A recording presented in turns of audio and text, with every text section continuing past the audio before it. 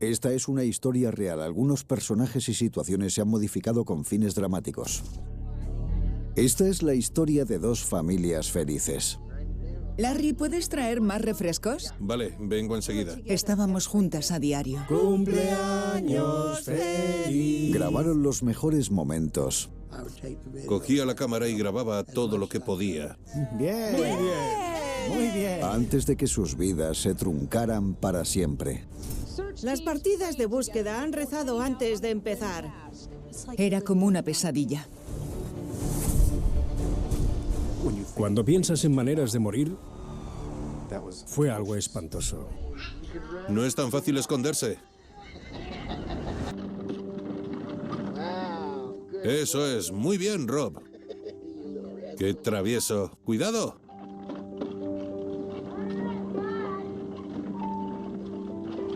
¡Ten cuidado! Ventura, California.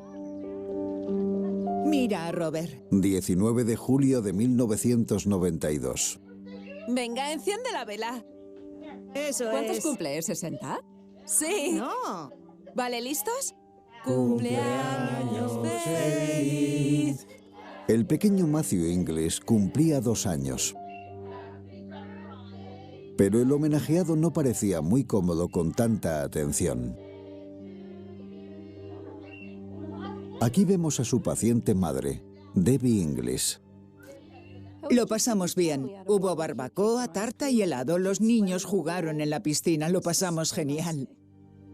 Venga. ¿Que alguien aupe a Max? Su marido, Larry, manejaba la cámara. Cumpleaños feliz. Bien. Siempre que nos reuníamos para celebrar algo, cogía la cámara y grababa lo que podía. En los vídeos se ve a todo el mundo menos a mí, porque yo era el que grababa. Muchos de los invitados eran los abuelos, las tías y los tíos de ¿Quién Matthew. quiere tarta? Y también los vecinos y mejores amigos de los Inglis, los Daly. No, gracias. Sherry Daly tenía 31 años.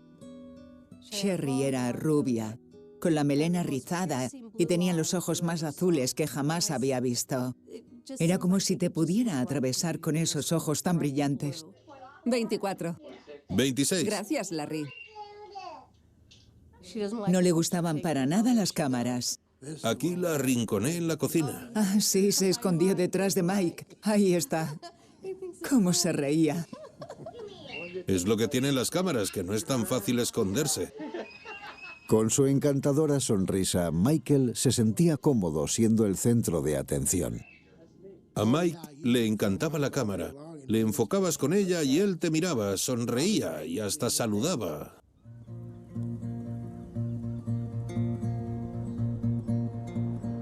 Los Daly se habían mudado a este pacífico barrio residencial de Ventura unos años después de casarse. Se mudaron a Channel Drive después que nosotros. Sherry tuvo a Devon y yo a Robert. Nos hicimos amigas porque teníamos hijos de la misma edad. Las dos familias eran inseparables. Era algo idílico y los niños se criaron juntos. Larry, ¿puedes traer más refrescos? Hola, abuelo. Vale, Hola, vengo enseguida. ¿cómo estás? ¿Qué, tú también quieres? Hola, abuelo. ¡Hola! Papá. Mira a Sherry en el garaje. Papá. Tenía una melena preciosa.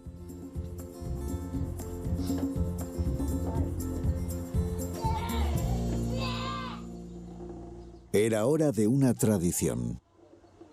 Solíamos poner una piñata en los cumpleaños. ¿Listo?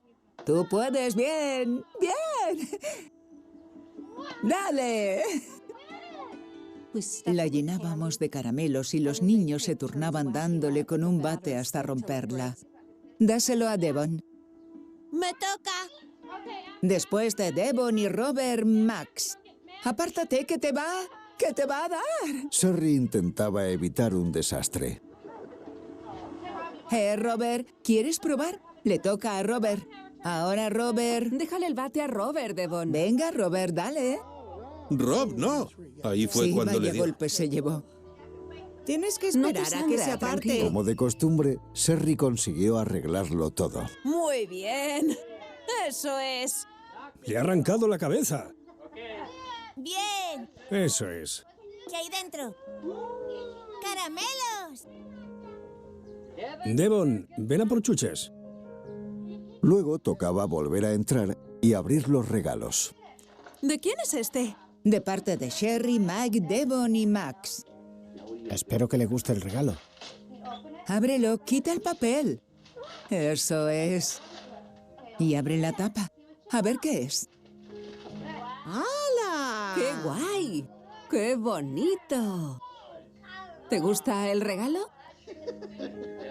Los Daly le habían regalado unos coches de juguete. Te ha tocado el gordo, chaval. Y ahí están los niños con Mike. Mira qué guay. Hay una sierra, un nivel. Mira, una cinta de medir. ¡Pero qué monada! ¡Qué cuco! Mike disfrutaba de cada segundo que pasaba con los niños. ¡Fíjate! Son las mejores herramientas de la ciudad. ¿Y esto? Es genial, gracias chicos. Mike trabajaba mucho, era gerente de un supermercado y pasaba mucho tiempo en el trabajo. Mike se ganaba la vida trabajando en un supermercado durante el turno de noche. Trabajaba en Santa Bárbara, así que al principio se quedaba ahí y volvía a Aventura una vez por semana. ¿Lo quieres? ¡Devon, toma el mío! ¡Devon, toma el mío! ¡Coge el mío, Devon!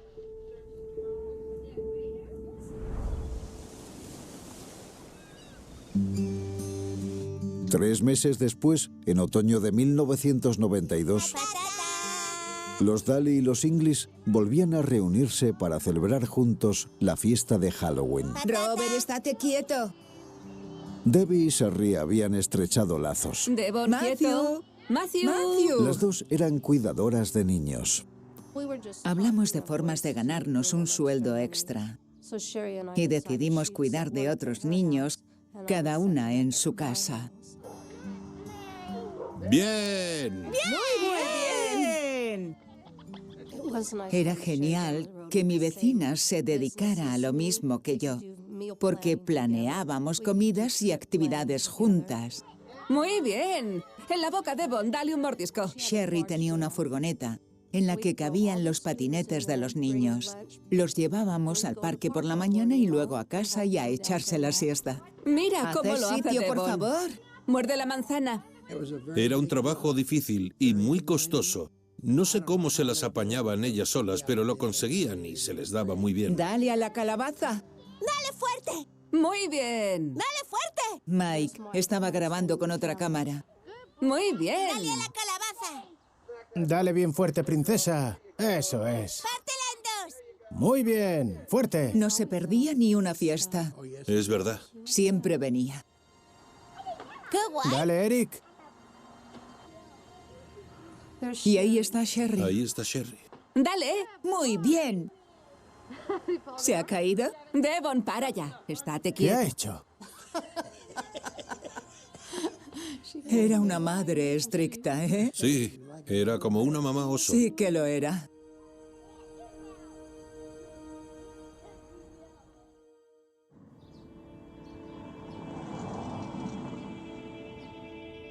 Durante el verano de 1993, Debbie se encontraba embarazada de su tercer bebé.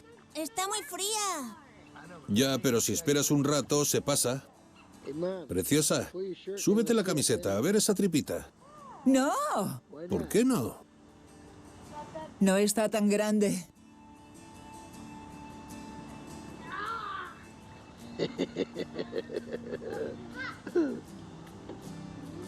¿A que no está tan grande?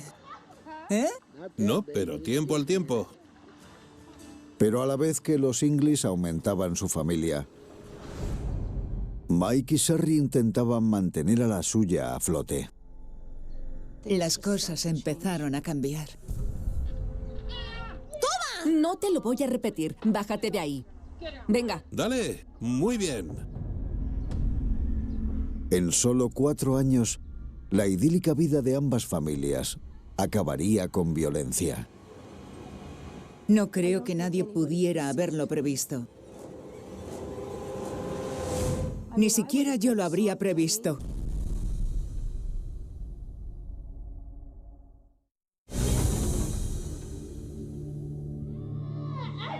Cumpleaños feliz, cumpleaños feliz, te deseamos, Matthew.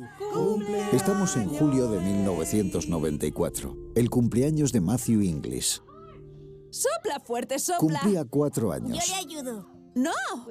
Sherry y yo hacíamos las tartas de cumpleaños de los niños. Era muy divertido. Estábamos juntas a diario. Heather.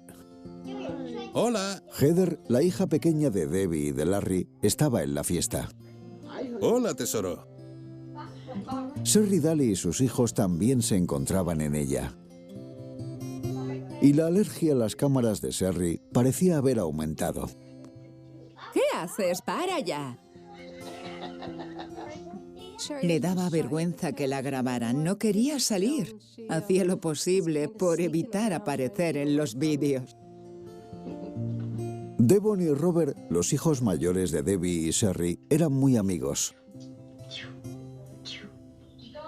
Pero Michael Daly no aparecía por ningún lado. Se encerraba en el garaje y no salía de ahí en todo el día. Siempre me pareció extraño. ¡Muy bien! Durante el último año, Michael no estaba tanto por casa. Hasta en los días en los que la familia salía, Sherry estaba sola con los niños. Le ponía muy triste que Mike no estuviera con ella. Era evidente que Michael la trataba mal. La trataba muy mal. No le pegaba, pero sí la insultaba. Le decía que estaba gorda, que era fea, que nadie la quería, que no era suficiente. Y hacía que la pobre se sintiera fatal. En 1995, 3 años después de la divertida fiesta de cumpleaños de sus vecinos, Michael Daly se marchó. Me quedé patidifuso. No me podía creer que pudiera hacerle algo así a su familia.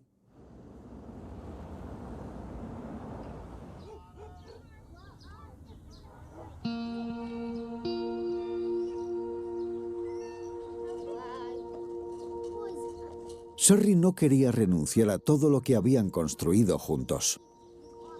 Hola, Sherry. ¿Estás bien? No lo estoy. Le quería. Era el padre de sus hijos y no quería que los niños crecieran sin su padre. Se culpaba a sí misma. Pensaba que había encontrado a otra mujer más joven y guapa con la que estar. ¿Has hablado con él? Es culpa mía. He engordado y se ha ido. Pero voy a arreglar las cosas y voy a recuperarlo.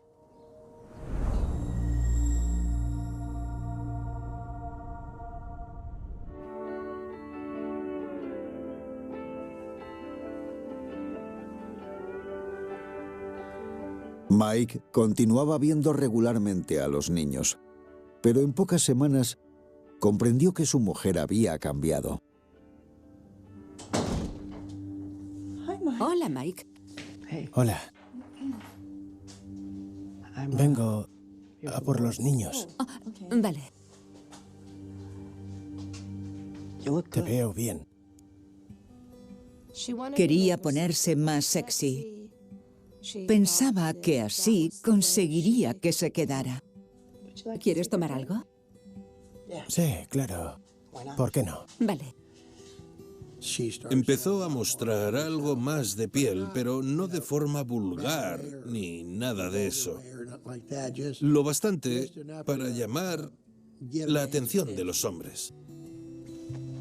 Gracias.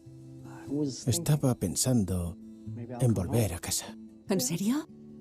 Será más fácil cuidar de los niños. En 1996, tras 3 meses fuera de casa, Michael decidió regresar. Sherry estaba enamoradísima de Mike. No quería divorciarse. Michael prometió esforzarse en su matrimonio. No todo va a ser perfecto todo el tiempo, pero las cosas hay que hablarlas.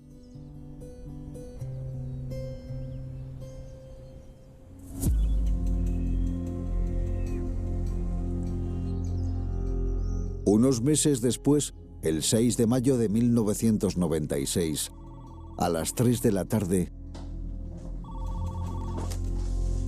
Mike Daly. Michael se encontraba en casa cuando llamaron del colegio. ¿En serio? Sherry no había recogido a los niños. Sí, mandaré a alguien a por ellos. ¿Has visto a Sherry? No ha ido al cole a por los niños. Y yo le dije, los lunes Sherry va al centro comercial. Siempre lo hace así. Mike acudió inmediatamente al centro comercial. No tardó en encontrar la furgoneta de Sherry en el aparcamiento. Su bolso estaba en el asiento y la compra en el maletero. Las llaves de la furgoneta se encontraban puestas en el contacto, al igual que su carné de identidad. Pero no había rastro de ella. Sherry Daly había desaparecido.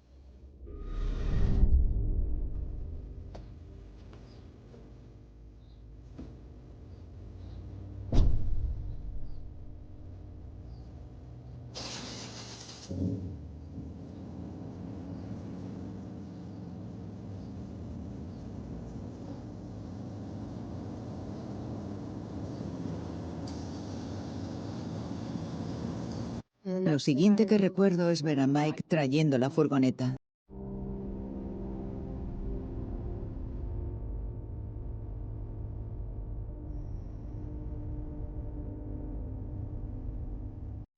Sin Sherry.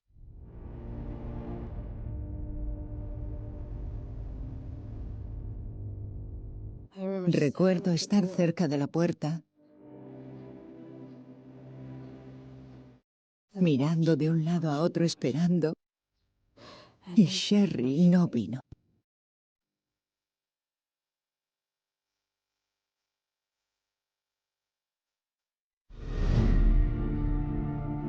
Tras encontrar la furgoneta en el aparcamiento, su marido Michael llamó a la policía. He llamado al hospital, a los guardabosques. No está. ¿Tiene una foto de ella? Sí. ¿Qué edad tiene en esa foto? Es reciente. Sale con mis hijos. ¿35? Sí. ¿Tiene cicatrices, marcas, tatuajes? Nada de eso. Solo unos preciosos ojos azules.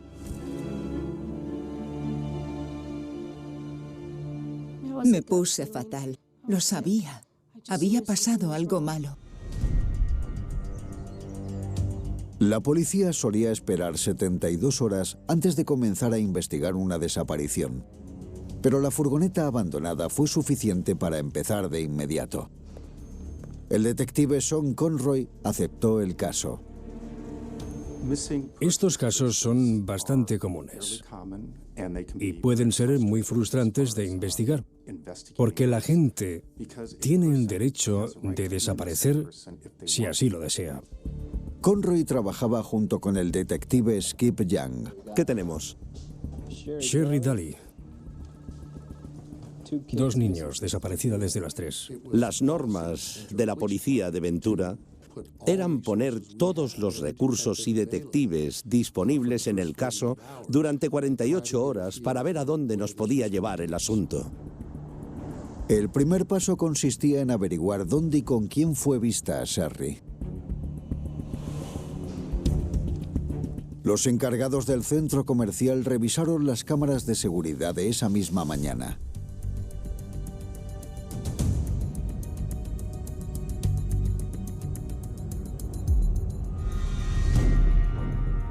A las 9:22, Sherry se acercó a la caja. En el vídeo se veía a Sherry comprando artículos y pagándolos en la caja. Parecía estar completamente sola. No parecía nerviosa ni preocupada. Por desgracia, no había vídeo del aparcamiento. La policía comenzó a buscar testigos que pudieran haber visto a Sherry Daly salir de la tienda. Y enseguida tuvieron suerte. Algunos testigos recordaban haber visto un Nissan color turquesa cortando el paso de la furgoneta. La conductora tenía una peluca y maquillaje muy denso, como el que se usa en el teatro. Queda detenida. ¿Qué? Las manos a la espalda.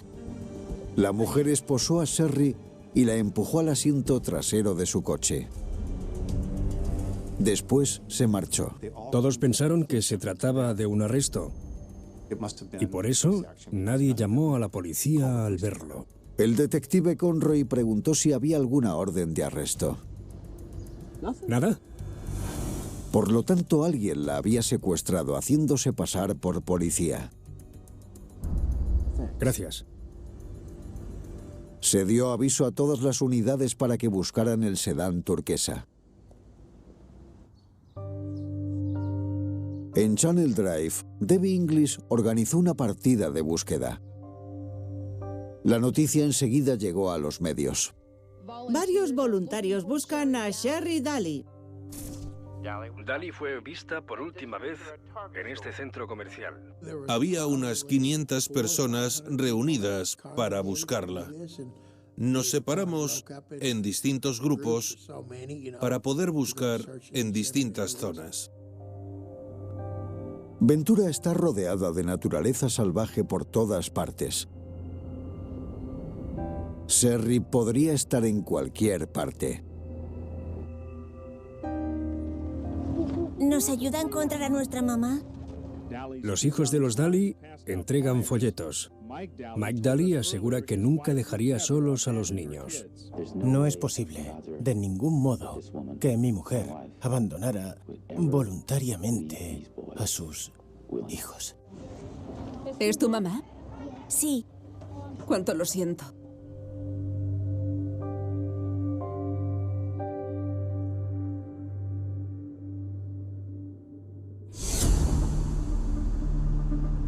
La policía comenzó a interrogar a las personas que conocían mejor a Sherry, empezando por Debbie. Buenos días. Me preguntaron por la relación de Mike y Sherry, cómo se llevaban. Debbie les dijo que Mike y Sherry estaban pasando por problemas. Las cosas no les van nada bien. Vale, señora. Gracias por su tiempo. Al no tener sospechosos, el detective Jan comenzó a investigar la vida de Michael. Y no solo descubrió los problemas de pareja de los Daly, sino también que Michael mantenía como mínimo otra relación. Toda la gente con la que hablamos nos dijo que Michael estaba teniendo una aventura con una mujer llamada Diana Hahn y que teníamos que hablar con ella.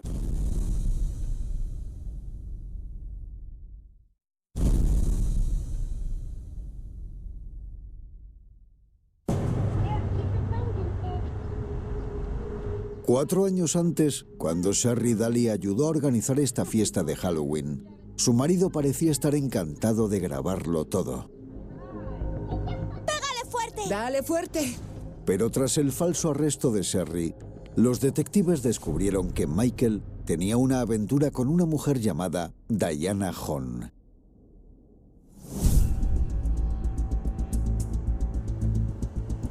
La mañana del 8 de mayo, 2 días después de la desaparición, llamaron a la puerta de Diana Hahn, una mujer de 35 años. Nos abrió la puerta en lencería. Era obvio que acababa de levantarse. Querríamos hacerle unas preguntas. Señor Daly, Michael salió del dormitorio. Solo llevaba los calzoncillos. Se trataba del mismo Michael que la tarde anterior había estado repartiendo folletos de su mujer desaparecida con sus hijos. Se suponía que estaba angustiado, pero había pasado la noche con su amante.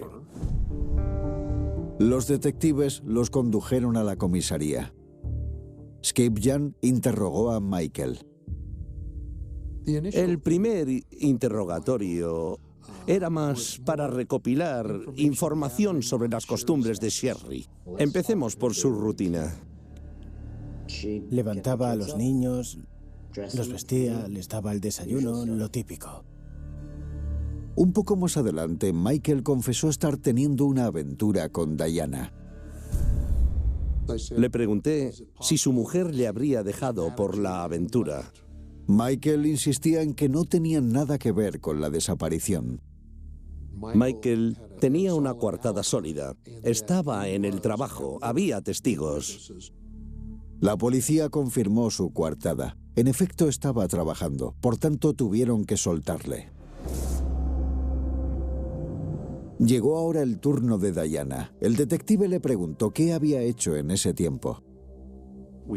Le dimos un cuaderno y le dijimos: escriba aquí todo lo que hizo el lunes, desde la hora a la que se levantó hasta la hora en la que se fue a acostar. Primero dijo que se fue a dar una vuelta en bicicleta. Después se fue a tomar el sol a la playa hasta la tarde. Y por último, volvió a casa.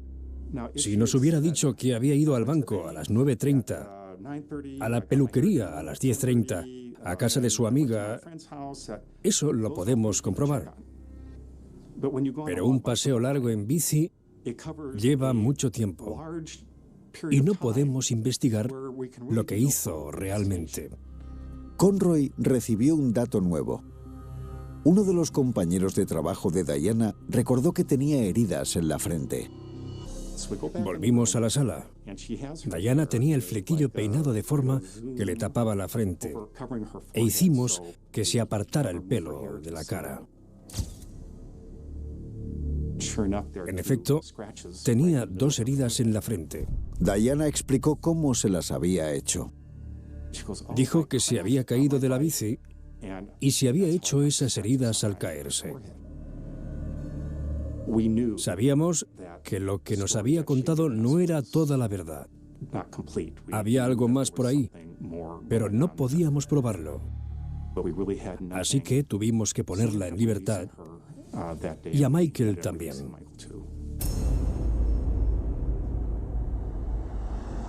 Al cabo de 3 semanas, la policía encontró una nueva pista: el sedán color turquesa.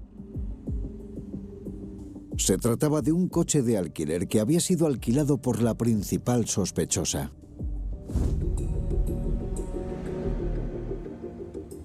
Diana Hahn había alquilado un Nissan el día anterior al secuestro. La policía registró el vehículo y enseguida vieron que había sangre por todas partes. Nos pusimos a la obra para obtener órdenes de arresto para Diana Hahn.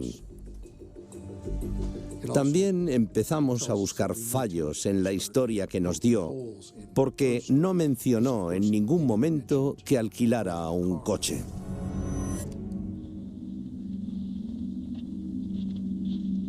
La policía entonces volvió a arrestar a Diana Hahn para interrogarla de nuevo. Ahora teníamos el contrato de alquiler y el vehículo. Y el interrogatorio adquirió un tono muy distinto. ¿Sabe quién es? Es Sherry. Qué bien que pueda decir su nombre. ¿Tendrá este aspecto cuando la encontremos? Igual se ha hecho algo en el pelo. Igual se ha hecho algo en el pelo. Ya. Sí que va a tener un peinado distinto porque su cuerpo va a estar hinchado, ennegrecido. Esto pasa porque un cadáver se descompone desde dentro y la piel revienta. Estará lleno de gusanos. ¿Le gustaría que le pasara a sus hijos? ¿Cree que Sherry se merece esto? Yo no creo que esté muerta, sino que se fue. Se fue de casa. Dejó a Mike con las facturas. Le dejó con facturas. Ya. Sospechaban que Diana había matado a Sherry para tener a Michael para ella sola y sabían con qué podían presionarla. Michael tenía varias amantes y había confesado que había acudido a prostitutas. ¿Cree usted que es la única mujer en su vida aparte de Sherry? Es una de tantas. La lista es larga. Lo que le dijimos durante el interrogatorio fue: mire, en algún momento Michael va a tener que elegir entre usted y sus hijos. ¿A quién cree que va a escoger? ¿Cree que le importa a usted? En absoluto. Se está cubriendo las espaldas. Le ha hecho un favor, porque ahora él puede hacer lo que quiera mientras usted carga con el muerto. Conocer la vida secreta de su amante estaba haciendo mella en Diana. Por eso pidió hablar con Michael a solas.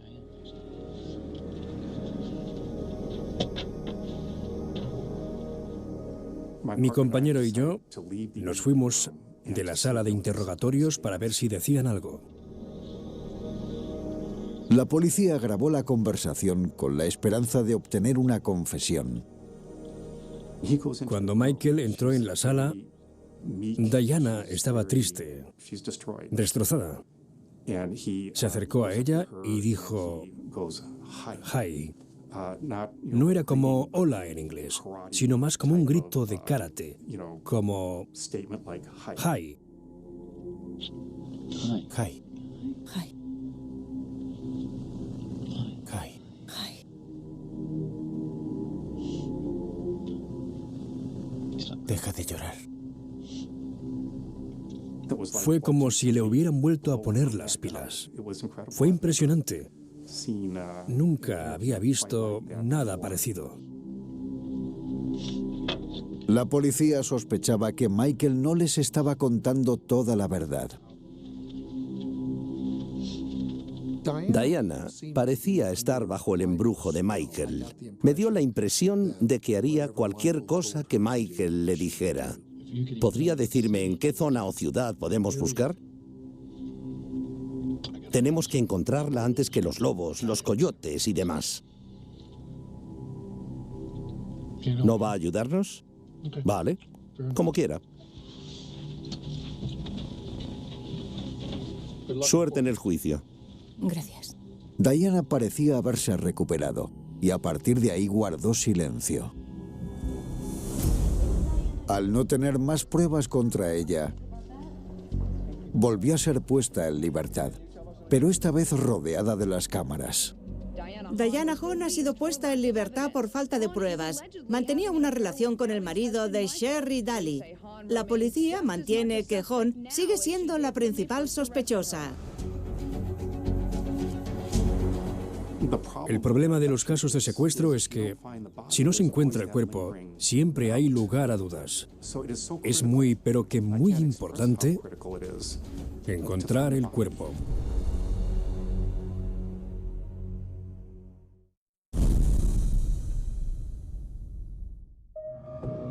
Sherry Daly estaba desaparecida y la policía sospechaba que había sido asesinada.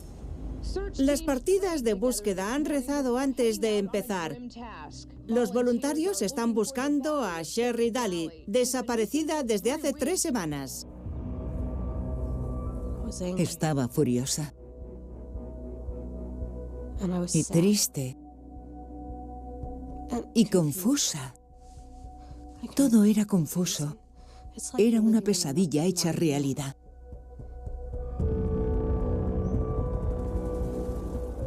La ciudad está rodeada de zonas naturales. Encontrar un cadáver por ahí no es nada fácil, pero hay que intentarlo.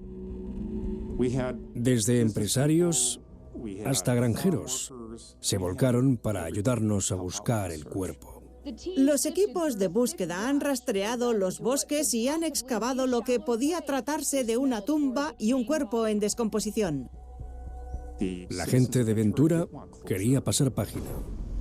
Los esfuerzos realizados por la comunidad acabaron por dar resultado.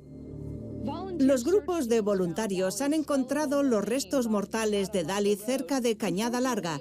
Según Olsen, encontrar el cuerpo de su amiga no le ha traído la paz que esperaba. No me siento tan bien como pensaba que me iba a sentir.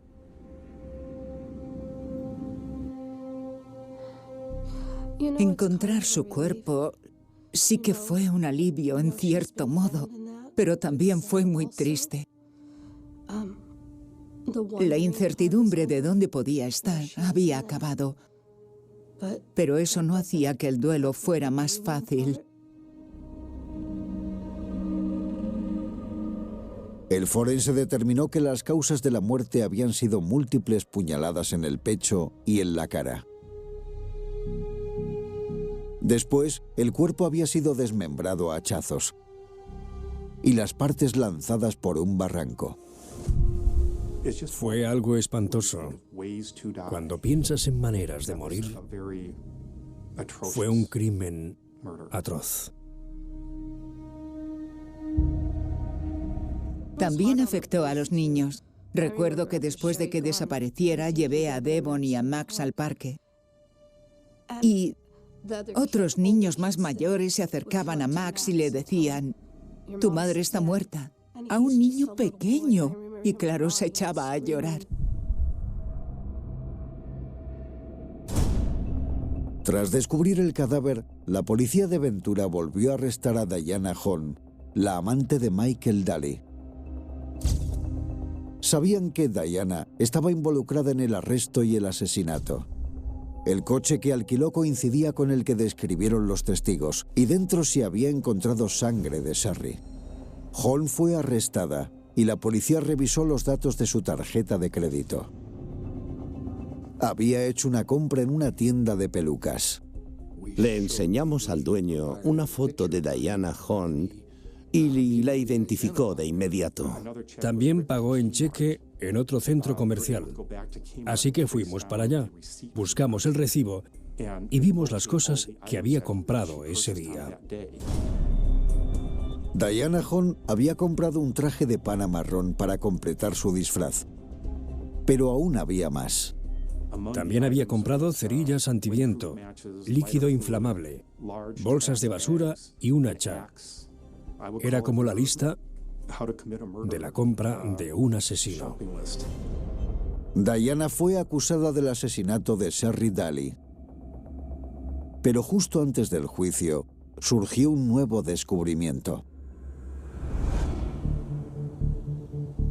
Michael había tenido otra aventura con una compañera de otro trabajo anterior. Cuando se enteró del asesinato, dio un testimonio sorprendente. Nos dijo: me propuso exactamente lo mismo. Hace unos años me pidió que hiciera lo mismo. Se trataba del mismo plan, punto por punto. Todo lo que nos dijo coincidía exactamente con la forma en que asesinaron a Sherry Daly. Le dijo que tirara los restos por un barranco para que no los encontraran.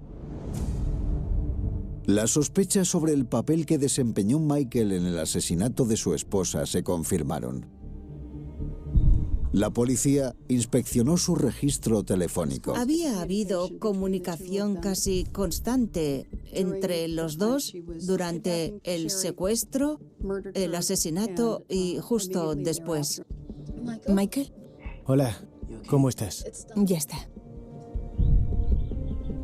Con ello pudimos establecer una sucesión de eventos entre los dos.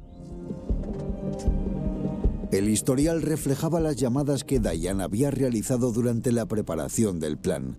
En ellas, Michael le informaba, lo que demostraba que él había ideado el plan. Michael fue detenido y acusado de asesinato. El departamento fiscal detalló los hechos acontecidos. Todo el plan giraba en torno a que Sherry respetara a las autoridades.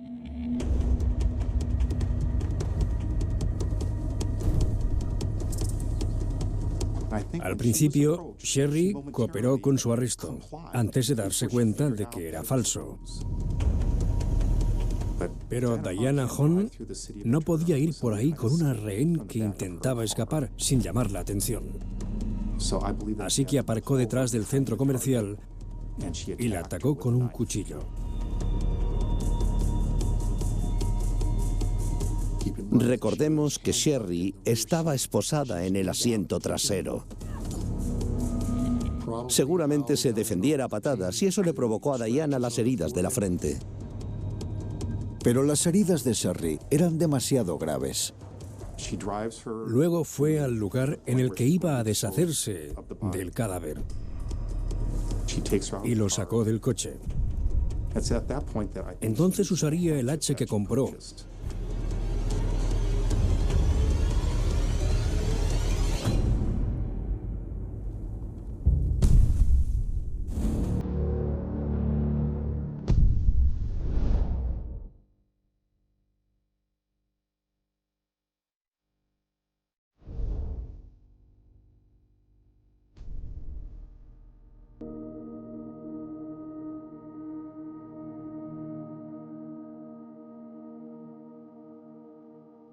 Luego fue a Surfers Knoll. Es una zona de playa frecuentada por surfistas, que tiene duchas exteriores.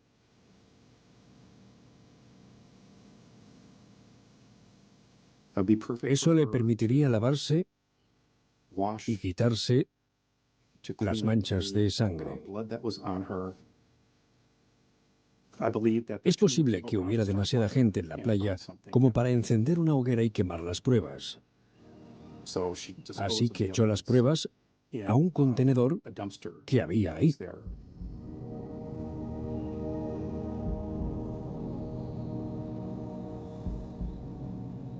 Sabemos que estuvo en Surfers Knoll porque llamó a Michael desde una cabina que había allí.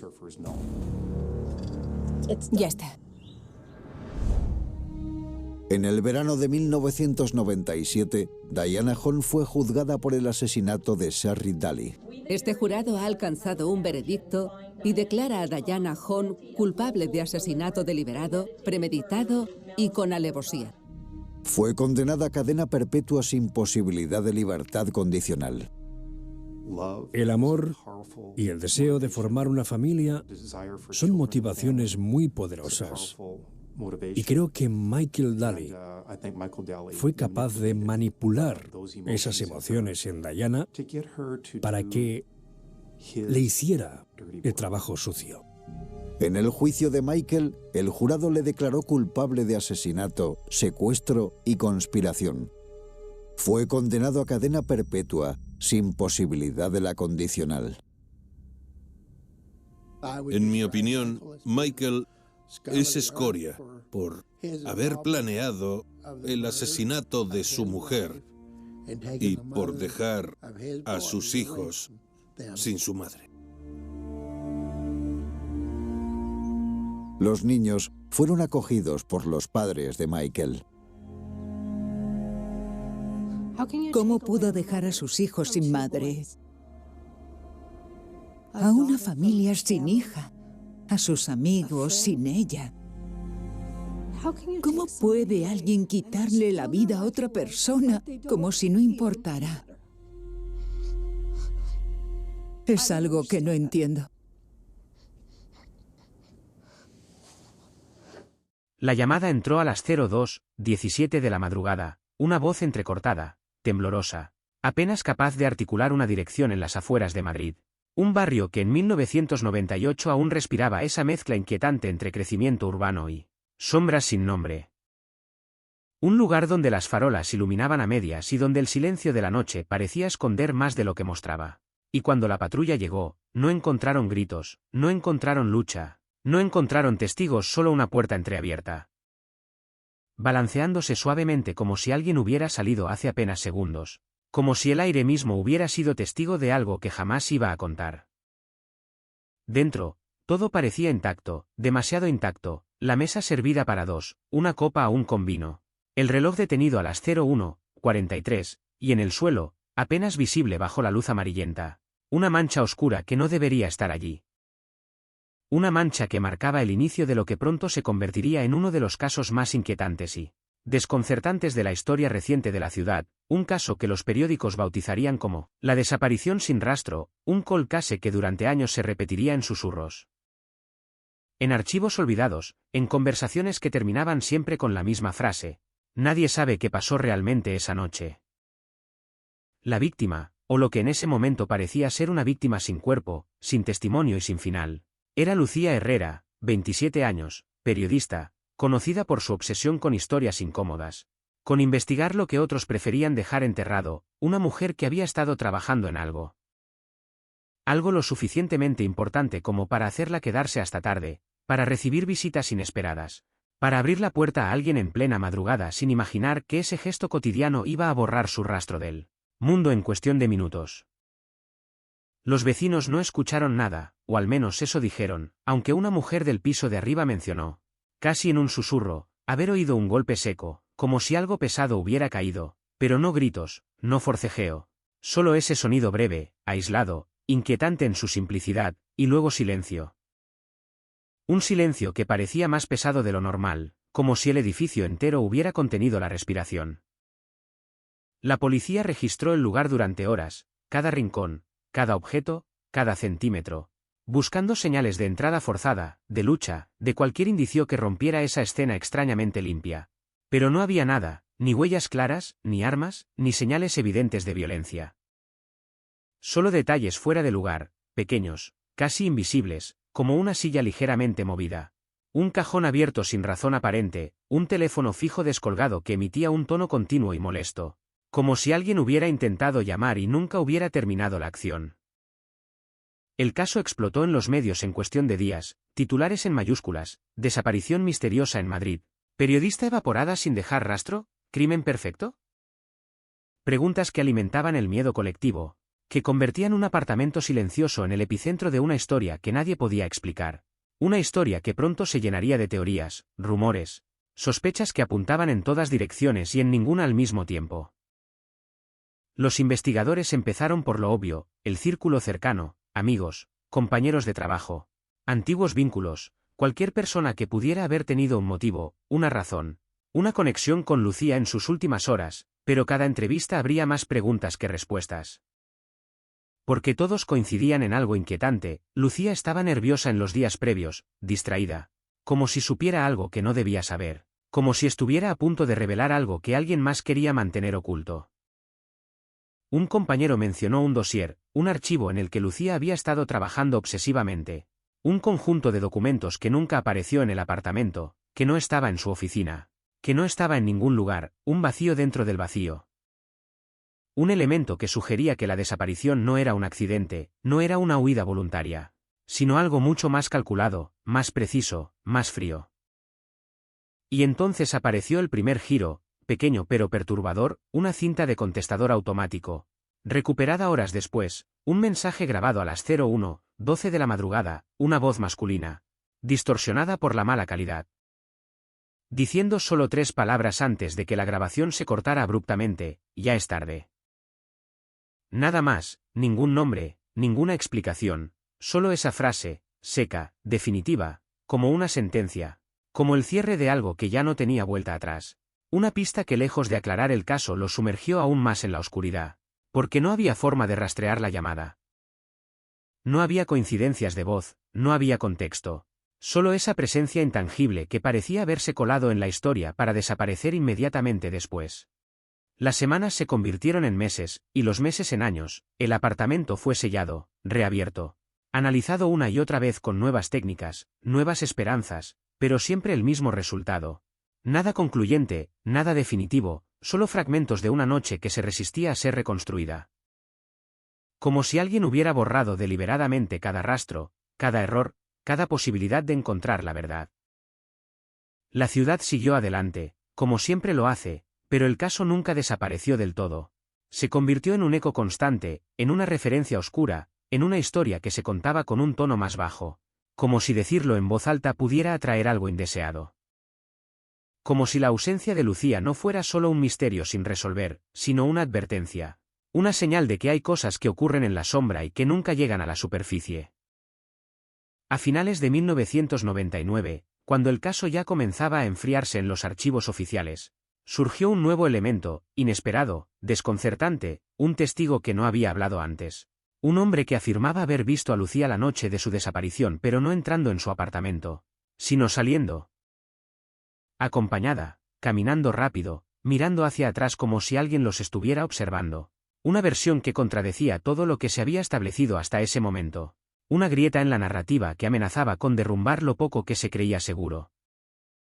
Pero ese testigo desapareció antes de poder ser interrogado formalmente, su declaración nunca se formalizó, nunca se verificó, nunca se pudo confirmar si decía la verdad o si era solo otra pieza falsa en un rompecabezas que parecía diseñado para no completarse jamás. Y así, el caso quedó suspendido en el tiempo, atrapado entre lo que se sabía y lo que nunca se sabría. Un expediente que acumulaba polvo pero no olvido, una historia que seguía latiendo en algún rincón de la ciudad, esperando, silenciosa, como aquella puerta entreabierta en la madrugada del 98. Como si aún hubiera algo, alguien, observando desde la oscuridad, esperando el momento exacto para volver a aparecer o para desaparecer para siempre.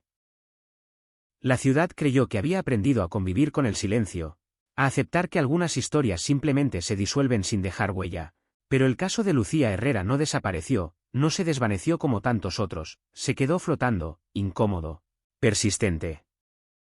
Como una herida mal cerrada que cada cierto tiempo volvía a abrirse con un detalle nuevo, con una pista mínima, con un rumor que parecía insignificante pero que, al mirarlo de cerca, tenía el peso suficiente para inquietar a cualquiera que aún siguiera prestando atención. El año 2000 llegó con una promesa silenciosa dentro del Departamento de Homicidios, una revisión de casos antiguos, expedientes olvidados que serían reexaminados con nuevas herramientas, nuevas perspectivas, nuevas manos, y entre ellos, inevitablemente, apareció el archivo de Lucía, grueso, desordenado, lleno de notas contradictorias, declaraciones incompletas, fotografías que parecían no decir nada pero que, vistas con suficiente tiempo, empezaban a mostrar grietas en la versión oficial, pequeños detalles que en su momento habían sido descartados como irrelevantes. Fue entonces cuando el inspector Andrés Salgado tomó el caso, un hombre conocido por su obsesión con los detalles, por su incapacidad de dejar una historia sin cerrar, alguien que no creía en coincidencias, alguien que al abrir ese expediente no vio un misterio sin solución, sino un rompecabezas mal armado, una escena incompleta donde cada pieza estaba ahí, pero en el lugar equivocado.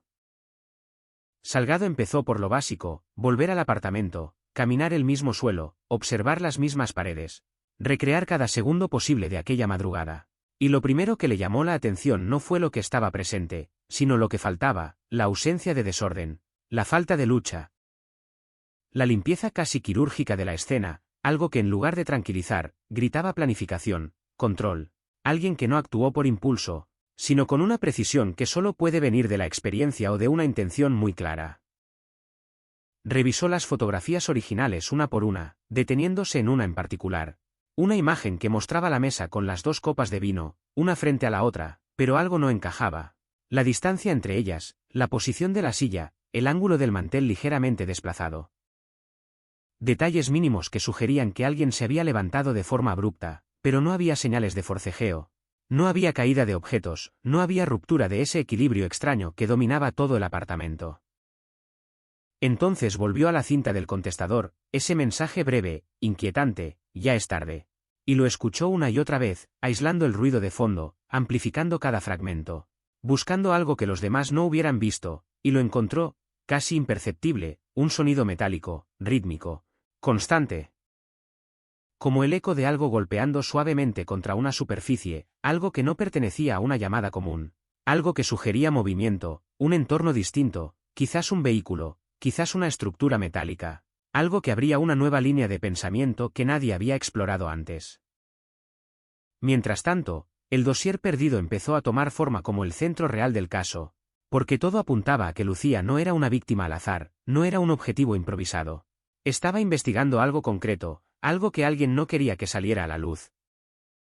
Y cuanto más se indagaba en su trabajo reciente, más evidente se volvía que había estado siguiendo una pista relacionada con corrupción urbanística, contratos inflados, nombres que aparecían y desaparecían en documentos oficiales, un patrón que conectaba empresas aparentemente sin relación. Salgado rastreó cada uno de esos nombres, entrevistó a quienes aún estaban disponibles, revisó registros que en su momento habían pasado desapercibidos, y en medio de todo eso, surgió una coincidencia inquietante. Uno de los nombres aparecía también en una denuncia anónima recibida semanas antes de la desaparición de Lucía. Una denuncia que nunca se investigó a fondo, archivada por falta de pruebas, olvidada como tantas otras.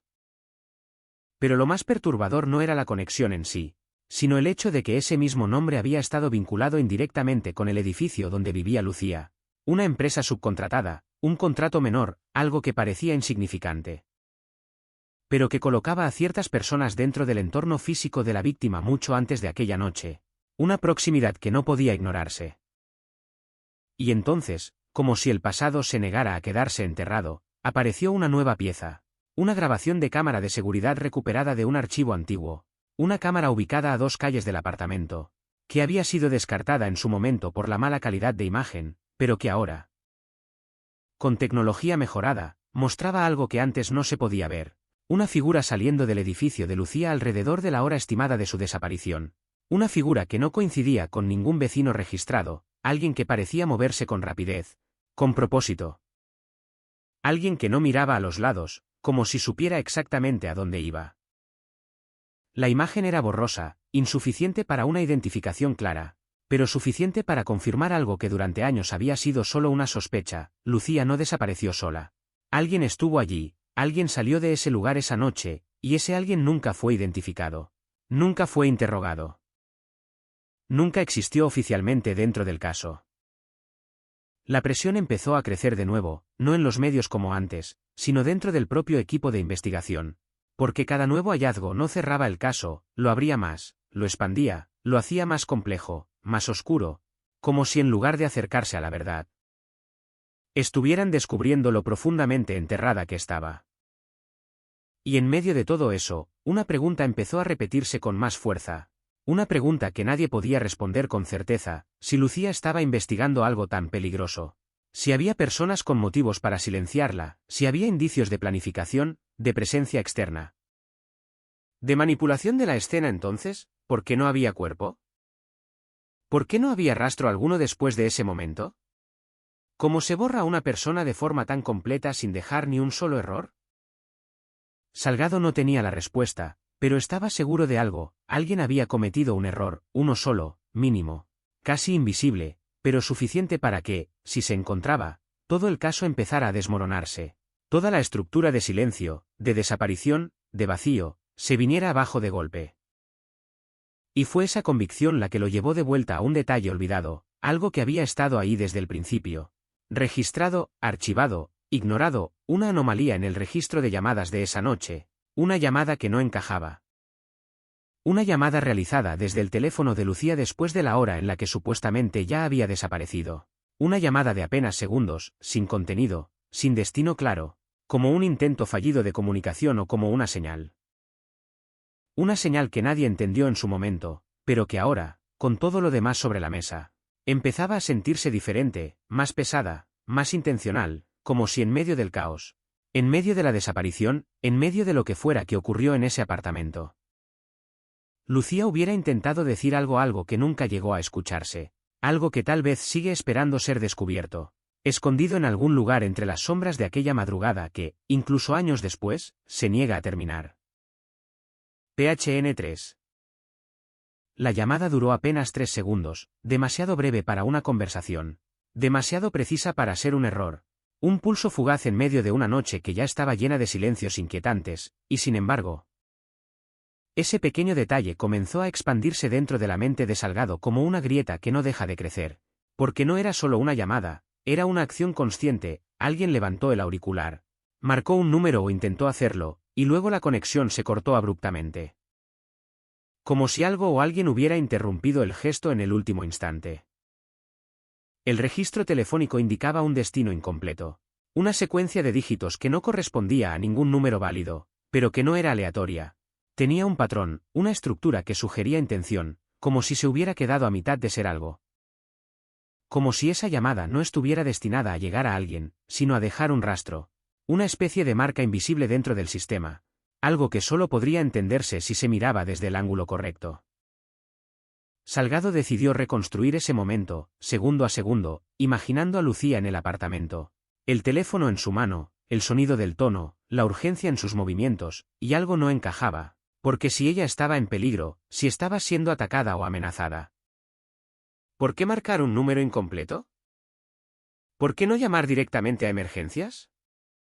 La respuesta más obvia se desmoronaba bajo su propio peso, dejando espacio a una posibilidad más inquietante.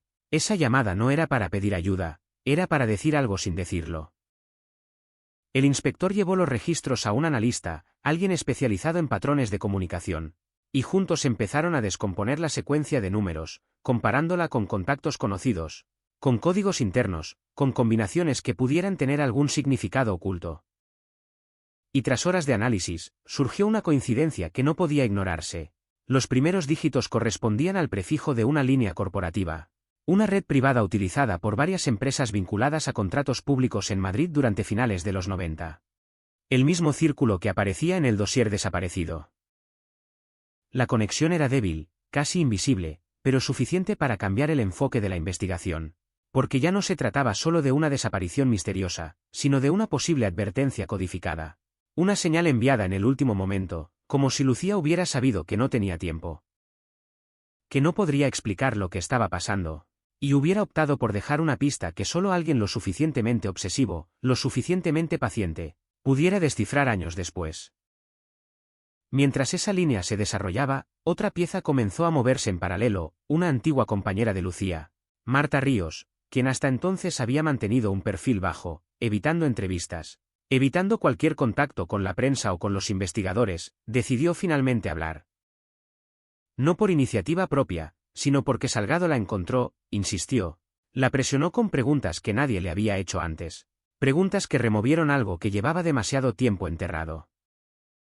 Marta recordaba detalles que en su momento no parecían importantes, fragmentos de conversaciones, comentarios sueltos que ahora, vistos a través del filtro del tiempo, adquirían un tono completamente distinto. Mencionó que Lucía había estado siguiendo a alguien, no en el sentido literal, sino investigando sus movimientos, sus conexiones, alguien que no aparecía directamente en los documentos, pero que siempre estaba presente en segundo plano, una figura que no dejaba huella, que operaba desde la sombra. Un nombre sin nombre. Lo más inquietante era que Marta aseguró que Lucía tenía miedo, no un miedo difuso, no una paranoia sin fundamento, sino un miedo concreto, dirigido, como si supiera que estaba cruzando una línea. Como si entendiera que lo que estaba a punto de revelar no solo iba a incomodar, sino a provocar una reacción. Y esa reacción llegó. Pero no como nadie esperaba.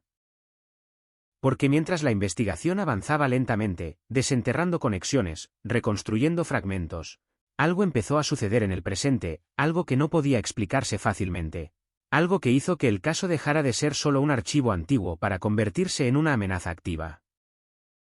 Salgado comenzó a recibir llamadas. Silenciosas. Sin voz, sin ruido de fondo, solo la conexión abierta durante unos segundos y luego el corte. Siempre a la misma hora, siempre en intervalos irregulares, como si alguien estuviera midiendo su reacción. Observando desde la distancia, repitiendo un patrón que, aunque no idéntico, recordaba demasiado a aquella llamada incompleta de la noche de 1998. Al principio pensó que era coincidencia, una broma, un error técnico, pero cuando las llamadas se repitieron durante varios días, con la misma estructura, con la misma duración exacta, comenzó a entender que no era casualidad, era un mensaje, uno que no necesitaba palabras para ser claro. Alguien sabía que estaba investigando.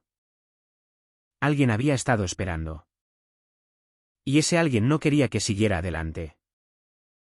La presión aumentó dentro del departamento, no de forma oficial, no con órdenes directas, sino con comentarios, sugerencias, advertencias disfrazadas de consejo, como si tocar ese caso fuera abrir algo que llevaba demasiado tiempo sellado, como si hubiera una línea invisible que no debía cruzarse.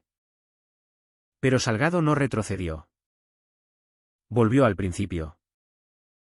A la escena. A la noche. A ese instante exacto donde todo cambió. Y fue entonces cuando se dio cuenta de algo que había pasado desapercibido durante años. Algo tan simple que resultaba casi absurdo que nadie lo hubiera cuestionado antes, la puerta. Esa puerta entreabierta que los primeros agentes encontraron al llegar. Esa imagen que se convirtió en símbolo del caso, nunca fue analizada como debía. Nunca se planteó la pregunta correcta. Porque todos asumieron que alguien había salido, pero nadie consideró la posibilidad de que alguien hubiera entrado después. Esa idea cambió todo. Porque si la puerta quedó abierta tras la desaparición, si alguien regresó al apartamento, aunque fuera por unos segundos, entonces la escena no era original, no era pura, había sido alterada, modificada, limpiada con intención, lo que explicaría la ausencia de lucha, la falta de evidencias. La perfección artificial de un lugar que debería haber contado una historia mucho más violenta. Y si alguien volvió, entonces alguien tenía control. Control del tiempo. Control del espacio. Control de lo que debía verse y de lo que debía desaparecer. Esa noche dejó de ser un evento único. Se convirtió en una operación. Y en ese momento, por primera vez en años, el caso dejó de sentirse frío. Porque algo en él seguía vivo. Observando. Esperando. Y tal vez, solo tal vez preparándose para cometer el mismo error otra vez. La idea de que alguien regresó al apartamento no solo reordenó las piezas, las rompió por completo, porque implicaba algo mucho más inquietante que una simple desaparición. Implicaba control absoluto sobre la escena, sobre el tiempo. Sobre cada segundo que pasó entre la última vez que Lucía fue vista y el momento en que la policía cruzó esa puerta. Y cuanto más pensaba Salgado en ello, más evidente se volvía que todo había sido demasiado limpio. Demasiado medido. Como si cada movimiento hubiera sido calculado con una precisión casi clínica. Volvió a revisar los informes iniciales, los primeros minutos tras la llegada de los agentes, los detalles que normalmente se consideran secundarios pero que, en casos como este, pueden contener la verdad entera escondida a plena vista. Y fue entonces cuando encontró algo que nadie había destacado. Algo que había sido registrado sin darle importancia. Una nota breve en el informe de uno de los primeros policías en llegar, ligero olor metálico en el ambiente. Nada más. Sin explicación. Sin seguimiento. Sin análisis posterior. Pero ese detalle, tan pequeño, empezó a tomar forma en la mente de Salgado como una alarma tardía. Porque el olor metálico no es neutro, no es casual, puede significar muchas cosas, pero en un espacio cerrado. En una escena aparentemente limpia. Solo apuntaba a una posibilidad que nadie quiso considerar en su momento. La presencia de sangre y su posterior eliminación. Si eso era cierto, entonces la escena no solo había sido alterada, había sido limpiada con extremo cuidado.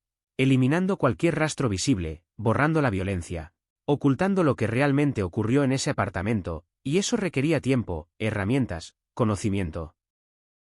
No era algo que pudiera hacerse en minutos, no era el trabajo de alguien improvisando bajo presión. Era el trabajo de alguien preparado. Y si hubo limpieza, entonces hubo algo que limpiar. La desaparición dejaba de ser una incógnita abstracta y empezaba a tomar una forma más concreta, más oscura, más irreversible. Salgado ordenó un nuevo análisis del apartamento. Esta vez utilizando técnicas que en 1998 no estaban disponibles o no eran comunes. Luminol, reactivos químicos, escaneo de microresiduos, buscando lo que ya no se podía ver a simple vista. Buscando fantasmas de evidencia que tal vez aún persistían bajo la superficie, y los resultados, aunque incompletos, confirmaron lo que el instinto ya le decía: había rastros, débiles, fragmentados, pero suficientes para indicar que en ese lugar hubo sangre. Más de la que podría explicarse con un accidente menor, más de la que podría ignorarse. El apartamento no fue el escenario de una desaparición. Fue el escenario de algo mucho peor. Pero eso solo era el comienzo. Porque al profundizar en esa línea, apareció otro detalle que había permanecido oculto durante años. Algo que en su momento se consideró irrelevante pero que ahora encajaba de forma inquietante con todo lo demás. El consumo eléctrico del apartamento esa noche. Los registros mostraban un pico inusual entre las 02:00 y las 03:30 de la madrugada. Un aumento que no correspondía al uso normal de una vivienda a esas horas. No había electrodomésticos programados, no había razón aparente para ese consumo. Pero cuando se cruzó ese dato con la teoría de la limpieza, empezó a tener sentido: equipos, luces, tal vez herramientas eléctricas, algo que requería energía, algo que se utilizó después de que todo ya hubiera ocurrido. Después de la desaparición. Después de la violencia. Después del silencio.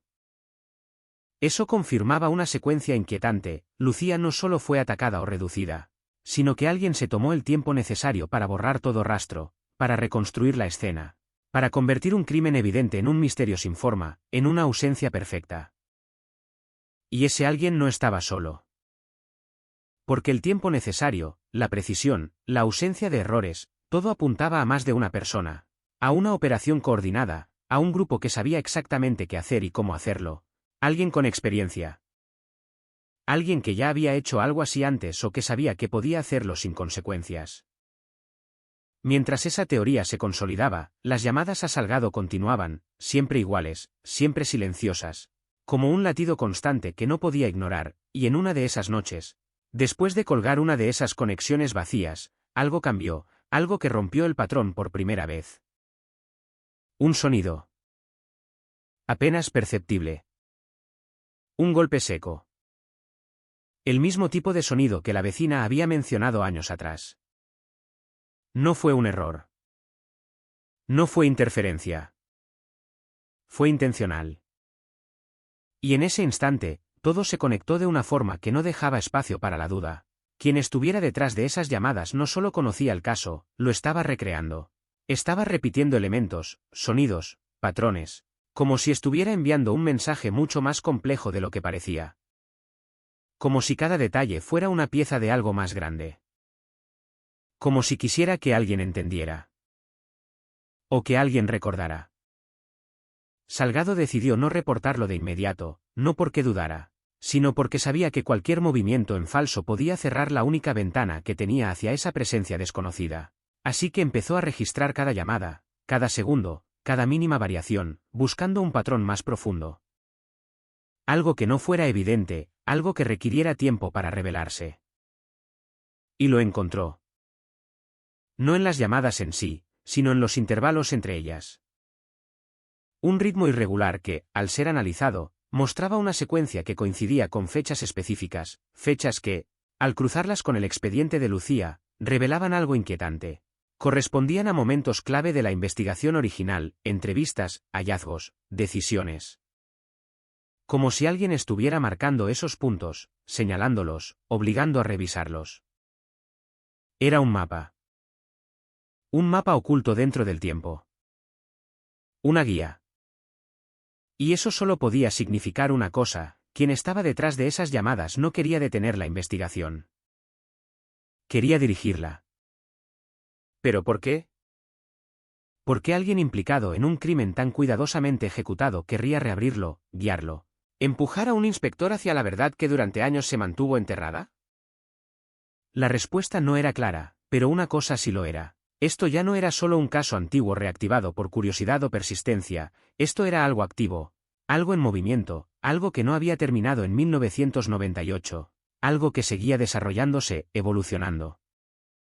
Como si la historia de Lucía no hubiera llegado a su final, sino que estuviera atrapada en una especie de bucle, repitiéndose, esperando el momento exacto para cerrarse o para estallar. Y en medio de esa tensión creciente, apareció el detalle que cambiaría todo de nuevo. Un documento que nunca debió existir, un archivo que no estaba en el expediente original, que no figuraba en ningún registro oficial, pero que apareció en el escritorio de Salgado una mañana sin explicación. Sin remitente, sin huellas, sin nada que indicara cómo había llegado allí.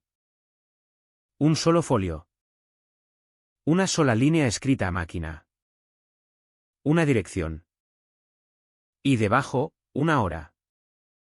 Exactamente la misma hora en la que todo comenzó aquella noche de 1998. Como si alguien estuviera invitándolo a volver al origen. O a terminar lo que nunca se terminó. La dirección estaba escrita sin errores, sin titubeos, como si quien la hubiera mecanografiado conociera cada letra de memoria, cada número, cada detalle. No era una sugerencia, no era una pista ambigua, era una instrucción, directa, fría, imposible de ignorar. Y la hora debajo la misma de aquella madrugada no dejaba espacio para interpretaciones. Aquello no era un simple mensaje, era una cita. Salgado sostuvo el papel durante varios minutos sin moverse, sintiendo cómo el peso del caso cambiaba otra vez, como dejaba de ser una reconstrucción del pasado para convertirse en algo inmediato, presente, activo, como si alguien hubiera decidido que ya era suficiente. Que el silencio había durado demasiado, que era momento de avanzar o de cerrar todo de una vez. No informó a nadie.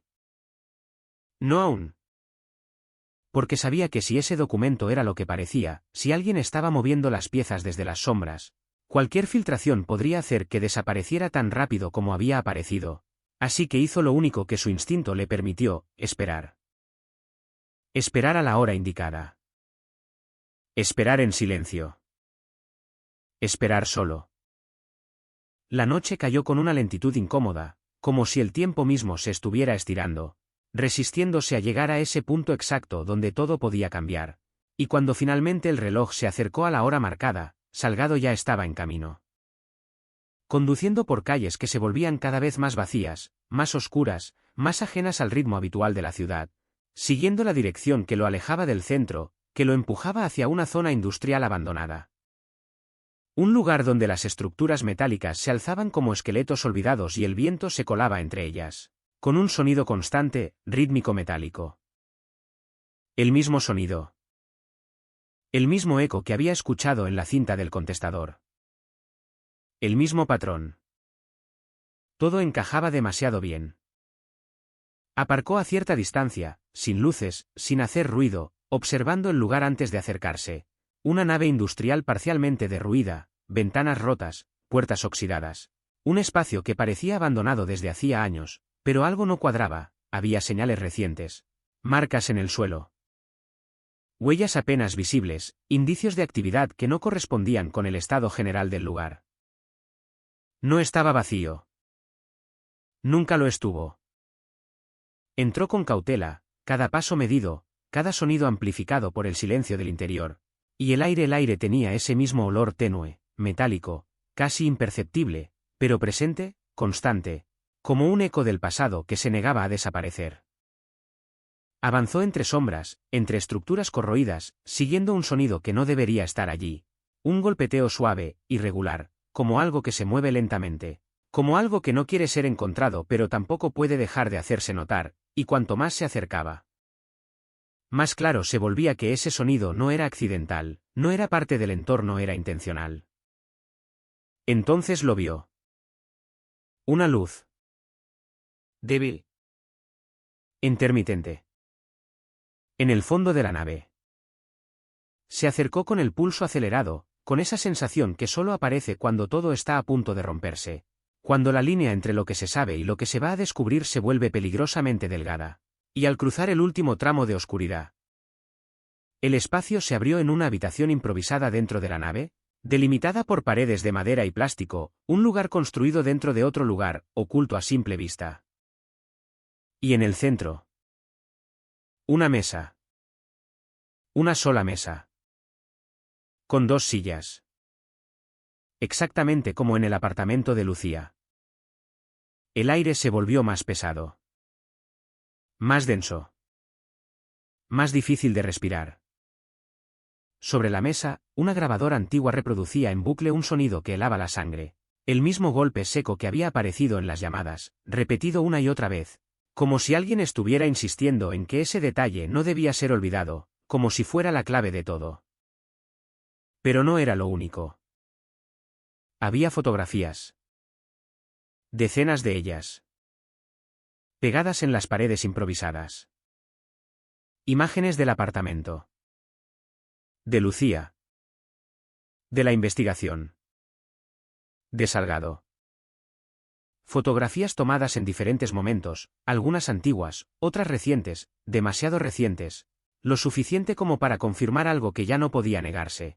Alguien lo había estado observando durante todo este tiempo. Alguien que conocía cada paso. Cada decisión. Cada avance. Y lo había guiado hasta allí. El pulso de Salgado se volvió más irregular, no por miedo, sino por la certeza de que estaba entrando en el núcleo de algo que llevaba años construyéndose, algo que no era improvisado, algo que había sido diseñado con paciencia, con precisión, con una intención que aún no comprendía del todo. Entonces encontró el siguiente mensaje. No en papel. No en una grabación. Sino escrito directamente en la pared frente a la mesa. Con letras grandes. Firmes. Innegables. No fue aquí. 3 palabras. Simples, pero devastadoras.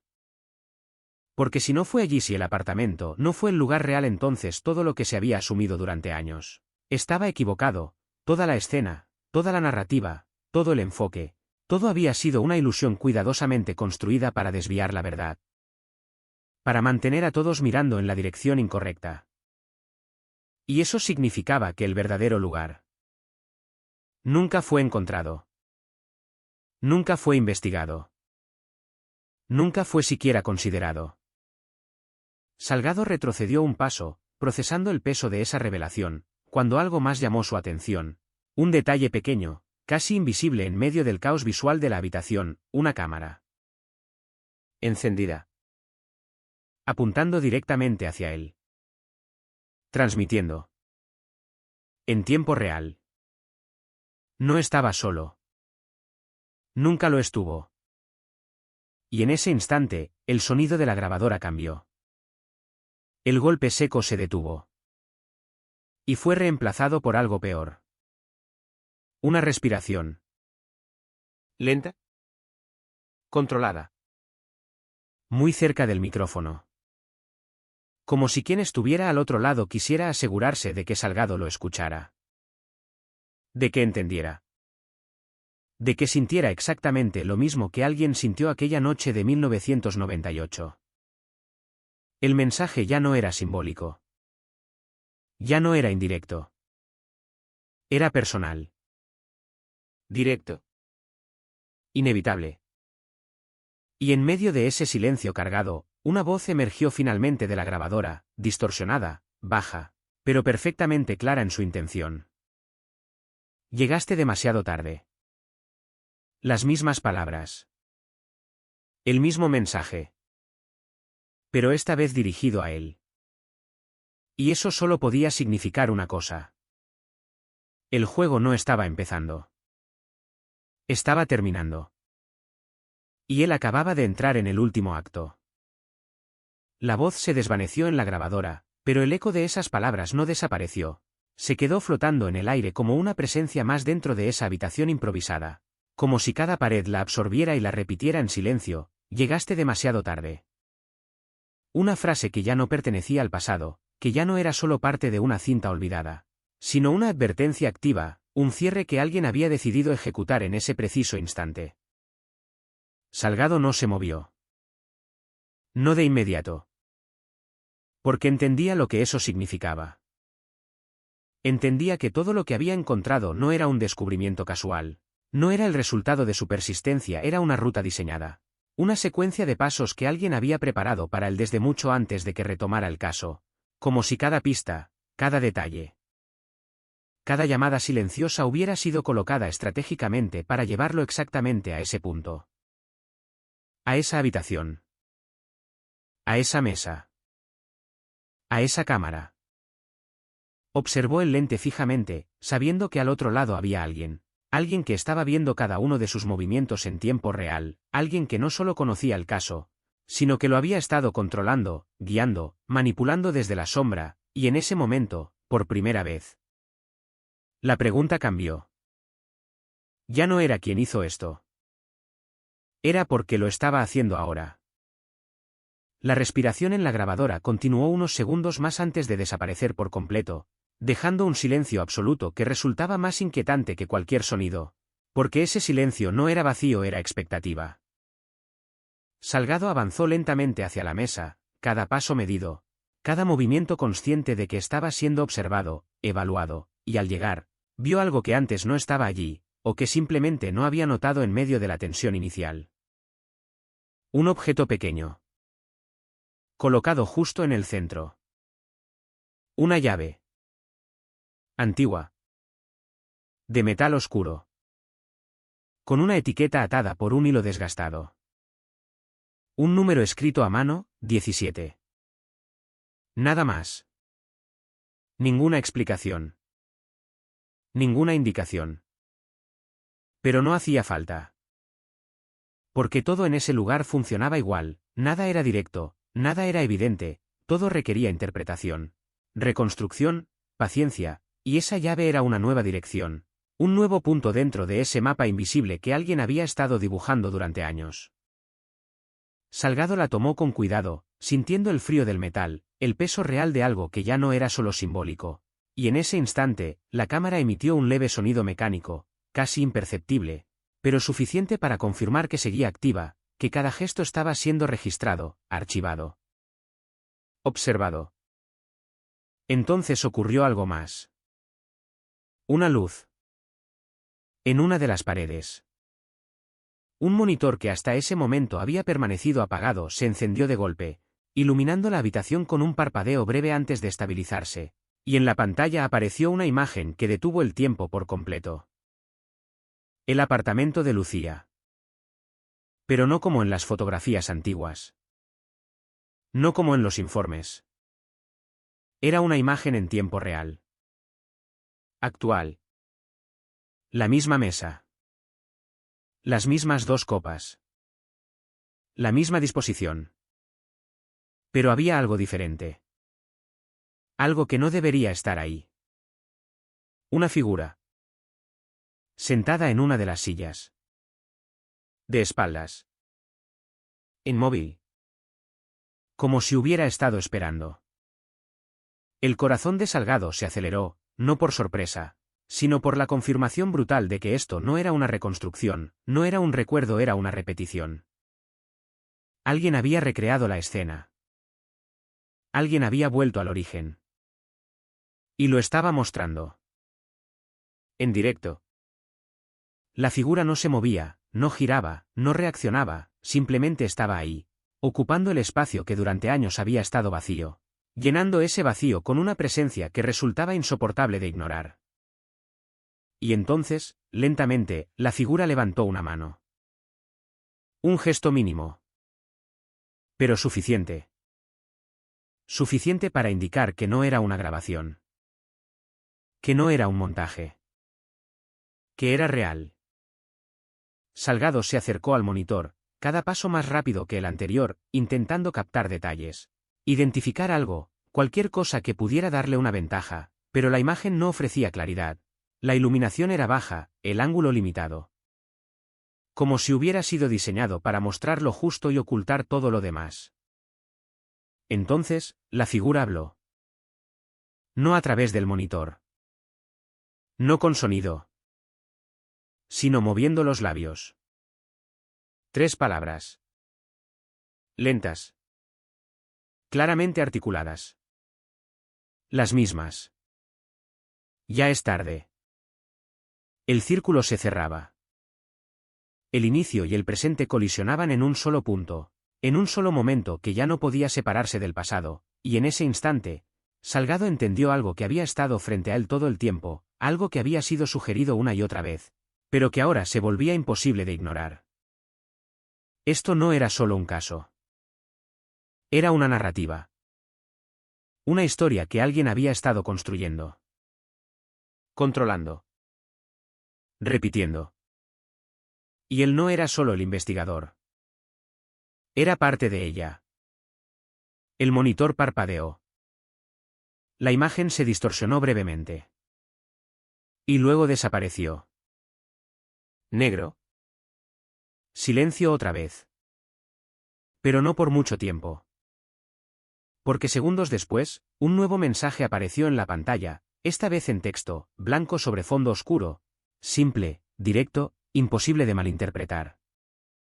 Llave 17. Última oportunidad. Nada más. No había más instrucciones. No había más guía.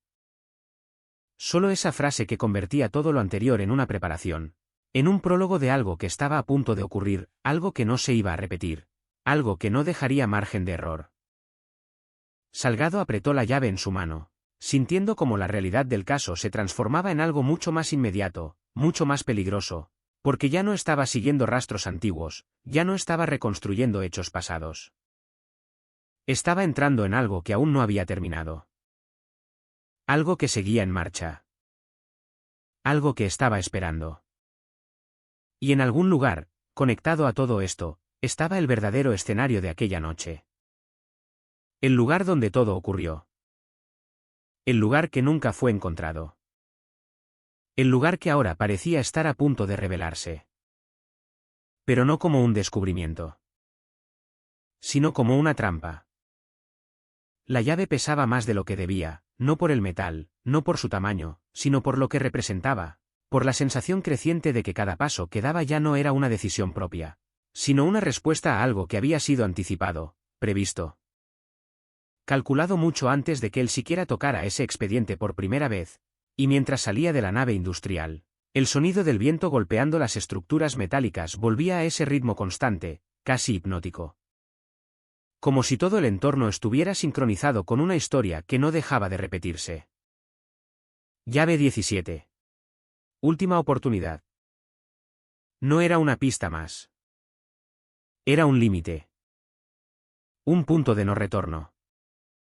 Salgado sabía que no podía ignorarlo, pero también sabía que cualquier error a partir de ese momento no tendría margen de corrección, porque quien estuviera detrás de todo esto no solo había demostrado control, había demostrado paciencia, precisión.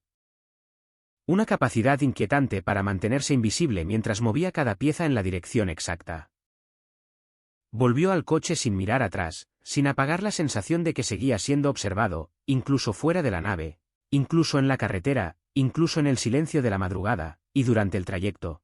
El número no dejaba de repetirse en su mente, 17, una cifra simple. Pero cargada de posibilidades, un número que podía ser cualquier cosa o exactamente lo que parecía. Empezó por lo obvio. Registros. Archivos. Propiedades. Cualquier lugar vinculado a ese número. Garajes. Trasteros. Depósitos. Instalaciones abandonadas. Celdas. Habitaciones. Cualquier espacio que pudiera esconder algo. Pero había demasiadas coincidencias. Demasiadas direcciones. Demasiadas opciones. Y eso no encajaba. Porque todo lo anterior había sido preciso. Dirigido. Sin margen de ambigüedad. Entonces entendió. No se trataba de buscar el número. Se trataba de encontrar el lugar donde ese número ya existía. Dentro del caso.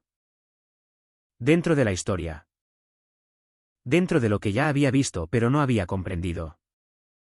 Volvió mentalmente al expediente, a las fotografías, a los informes, a cada detalle que había revisado durante días, buscando esa coincidencia que había pasado desapercibida, ese patrón oculto que ahora debía encajar, y fue entonces cuando apareció.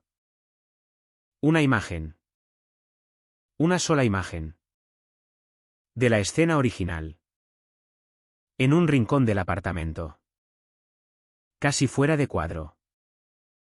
Una puerta. Pequeña. Metálica. Con un número. Un acceso secundario.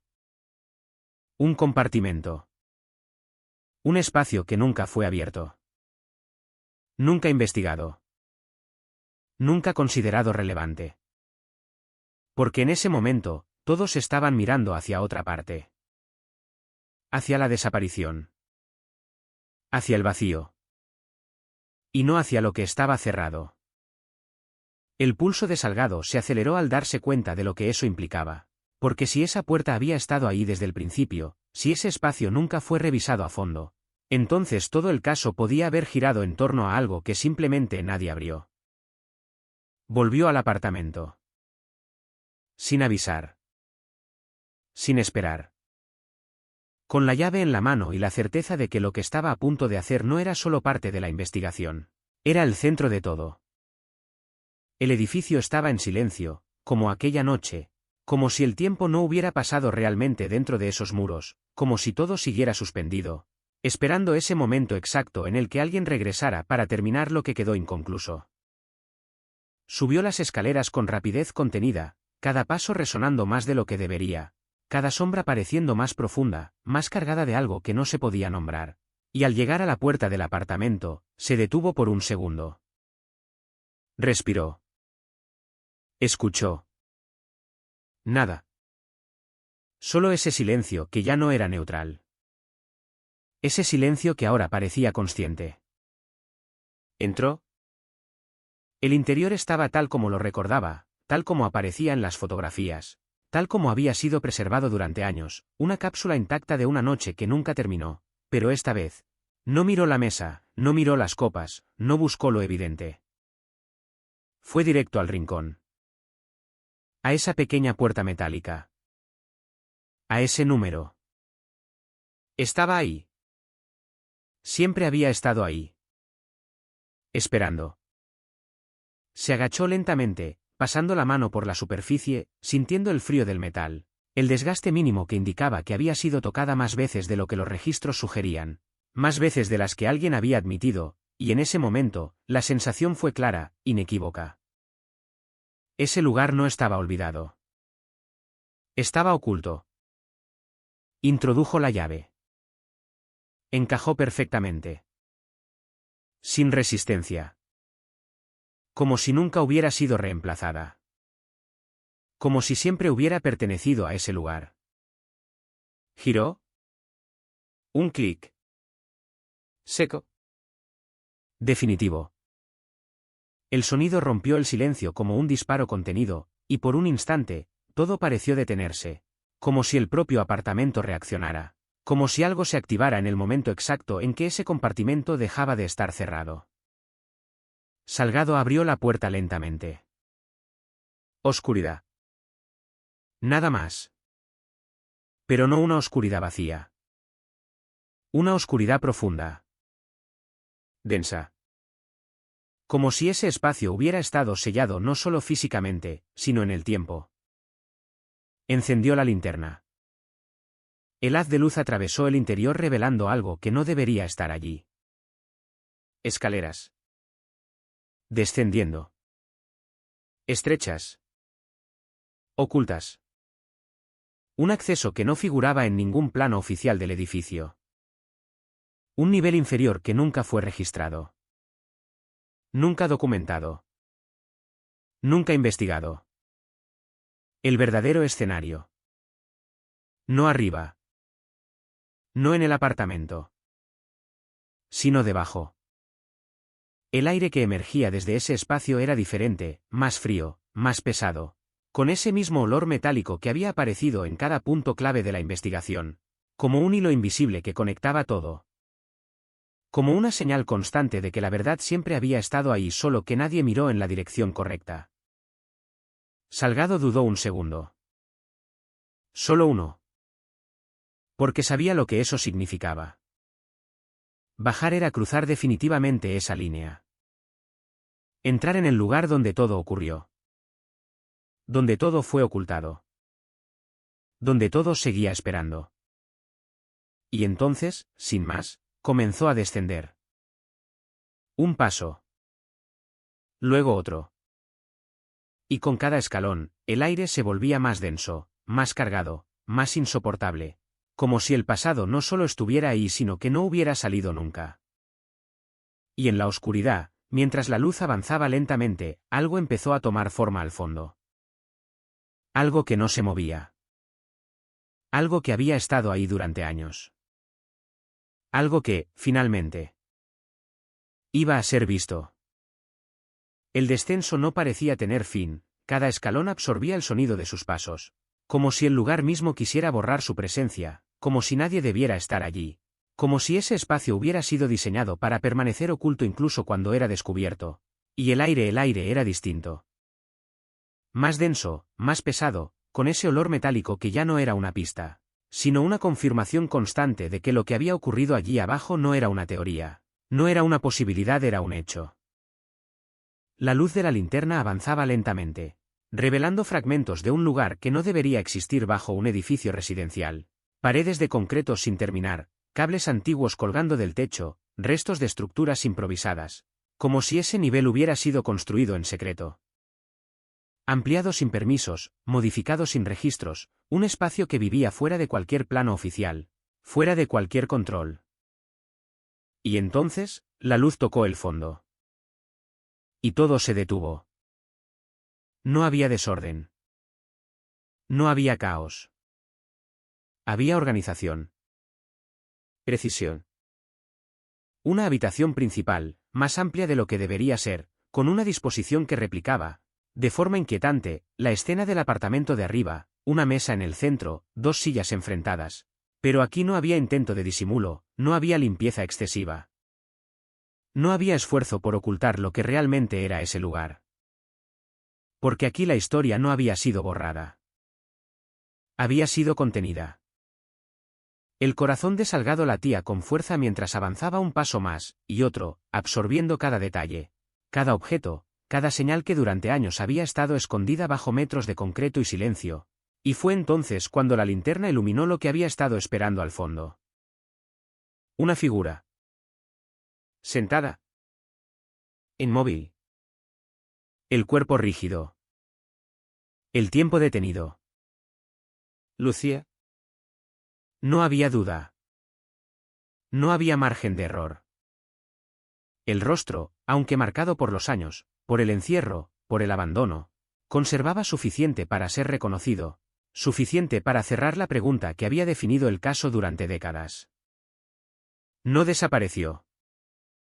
Nunca salió del edificio. Nunca dejó ese lugar.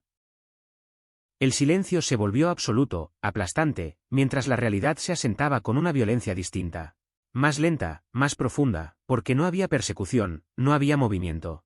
No había acción inmediata, solo la comprensión brutal de que todo lo que se había buscado afuera, en calles, en ciudades, en teorías, siempre había estado aquí abajo, esperando. Pero algo no encajaba. Porque el cuerpo no estaba en el suelo. No estaba oculto de forma improvisada. Estaba colocado. Sentado en una silla. Frente a la mesa.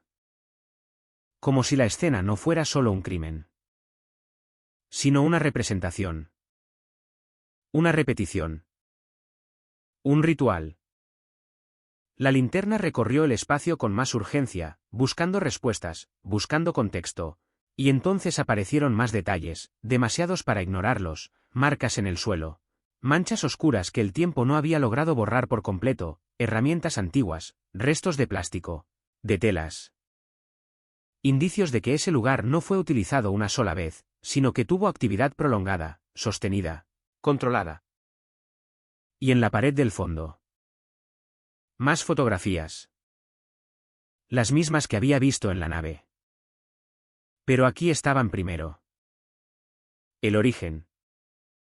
Imágenes de Lucía en diferentes momentos, algunas tomadas sin que ella lo supiera, otras claramente extraídas de su entorno personal, una colección obsesiva, meticulosa, que no dejaba duda de algo que hasta ese momento solo había sido una sospecha lejana. Esto no fue un ataque improvisado. Fue vigilancia. Seguimiento. Preparación. Durante días. Semanas. Tal vez meses. Y entonces, el detalle más perturbador de todos. Una segunda silla. Frente a ella. Ligeramente movida. Como si alguien hubiera estado sentado allí no hace décadas sino más recientemente. El polvo no era uniforme.